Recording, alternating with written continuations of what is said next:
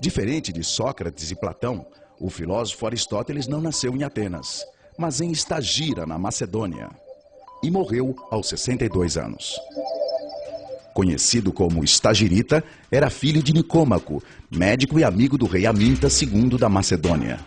E beneficiou-se dessa amizade paterna, escolhido mais tarde tutor do neto de Amintas, filho de Felipe, Alexandre Magno.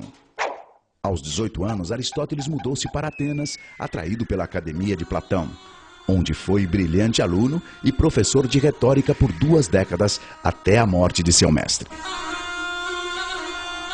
Em 335 a.C., seu discípulo Alexandre subiu ao trono e Aristóteles voltou a Atenas para fundar a sua própria escola, o Liceu, também chamado de Escola Peripatética ou Peripatos. Peripatos designava os jardins do Liceu, onde Aristóteles ministrava suas aulas enquanto caminhava com seus alunos denominados peripatéticos, isto é, os que passeiam. A Academia de Platão estimulava o ensino da matemática. O Liceu de Aristóteles focava as ciências naturais, oferecendo aos alunos, inclusive, um museu com acervo de fauna e flora das longínquas regiões conquistadas por Alexandre. O Liceu contava ainda com uma das maiores bibliotecas do seu tempo, paradigma da célebre Biblioteca da Alexandria. Criador de uma linguagem técnica ainda contemporânea, Aristóteles foi o grande sistematizador, categorizando, classificando, ordenando os conhecimentos de biologia, zoologia, física, história natural, poética, psicologia, a ética, teoria política, estética e metafísica. Aristóteles escreveu 120 obras, das quais sobreviveram 40, com destaque para 7. A metafísica, princípios básicos de sua doutrina filosófica; a ética, Nicômaco, sua concepção de moralidade e da virtude da moderação; o órganon, do grego instrumento, sobre lógica, 6 volumes, entre outras coisas, abordando as categorias e os silogismos com suas duplas premissas; a física, sua concepção de mundo e de como é possível conhecê-lo através das causas dos fenômenos; a poética, fundamentos da estética e o conceito de catarse, purificação via descarga emocional provocada pela tragédia dramatúrgica;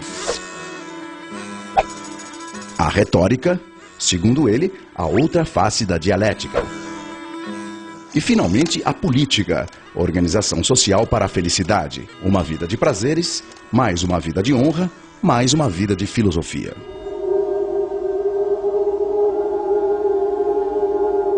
Aristóteles foi um crítico da teoria das ideias. Ele não acreditava no mundo de ideias à parte, com as formas ideais das coisas, nem que o que se via no mundo real fosse cópia imperfeita ou simulacro de um mundo das ideias. Para ele, as ideias das coisas estavam justamente dentro das coisas, nas suas próprias características. Ao contrário de Platão, ele entendia que a ideia cavalo, por exemplo, era um conceito criado pelos homens. Criado, aliás, depois da experiência de observar um bom número de cavalos, e não antes. Diferente de seu mestre, Aristóteles considerava os 5 sentidos preciosas fontes de informação, para os homens e animais. A diferença é que os humanos raciocinam, isto é, usam as informações captadas pelos sentidos para inferir, generalizar e, principalmente, para comunicar suas descobertas aos outros. Graças à linguagem, muito importante para Aristóteles, pois permite transmitir o conhecimento de geração a geração. Quando alguém diz, por exemplo, a parede da sala de aula é branca, só essa descrição da característica do objeto já revela 2 habilidades. Uma, da percepção visual, outra, da percepção mental.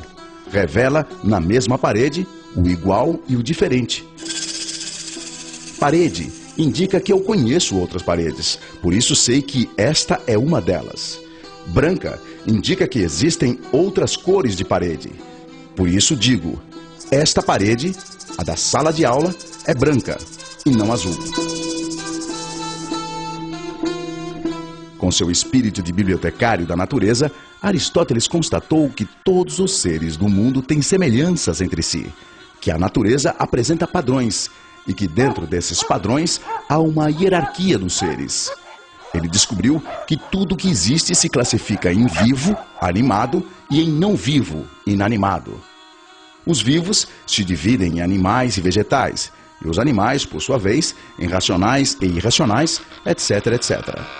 Graças à determinação das propriedades em comum a grupos de seres, pode-se conhecer, segundo Aristóteles, a essência dos seres, e distinguir o que é essencial, isto é, o que não muda nunca, como racionalidade, por exemplo, do que é acidental, isto é, pode mudar, que não afeta a essência.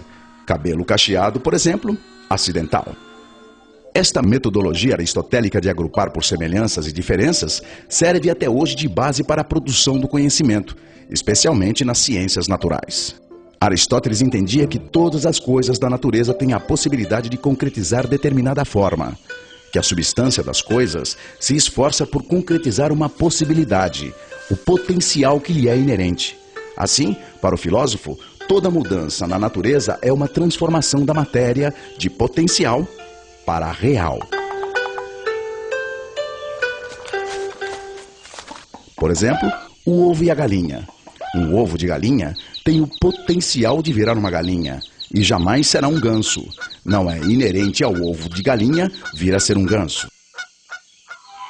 Dessa forma, na metafísica de Aristóteles, tudo é movido por uma força que efetiva a potencialidade dos seres. Tudo é movido pelo motor primeiro, que é imóvel.